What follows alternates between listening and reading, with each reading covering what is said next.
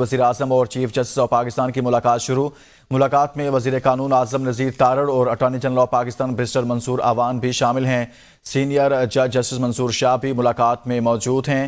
وزیر اعظم شہباز شریف اور chief justice of Pakistan کی ملاقات شروع ہو گئی۔ اسی بارے میں تفصیلات جانتے ہیں نمائندہ اے پی این نیوز بشارت راجہ سے۔ جی بشارت، بتائیے گا اس ملاقات کے حوالے سے۔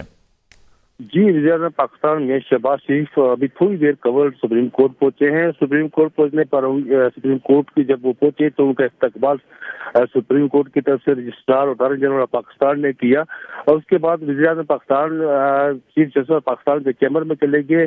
وہاں پر ان کی ملاقات چیف جسٹس آف پاکستان سے شروع ہو گئی ہے۔ اس ملاقات میں attorney general of Pakistan, senior puisne جج جسٹس منصور شاہ اور وزیر قانون اعظم نذیر تارڑ بھی موجود ہیں۔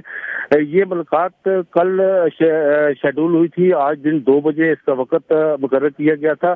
اسلام آباد ہائی کورٹ کے ججز کی طرف سے ایک خط لکھا گیا تھا جو سپریم کورٹ آف پاکستان کے چیف جسٹس کو، جس میں مبینہ طور پر کچھ خفیہ ایجنسیز کی طرف سے مداخلت کا ذکر کیا گیا تھا، اور کچھ اور نشاندہی کی گئی تھی کہ جس پر کل فل کورٹ اجلاس بھی چیف جسٹس آف پاکستان نے طلب کیا تھا، اور ان کی زیر نگرانی کل 2 گھنٹے تقریباً 2.25 گھنٹے فل کورٹ اجلاس بھی رہا، جس پر وہ کسی حتمی نتیجے پر نہیں پہنچے۔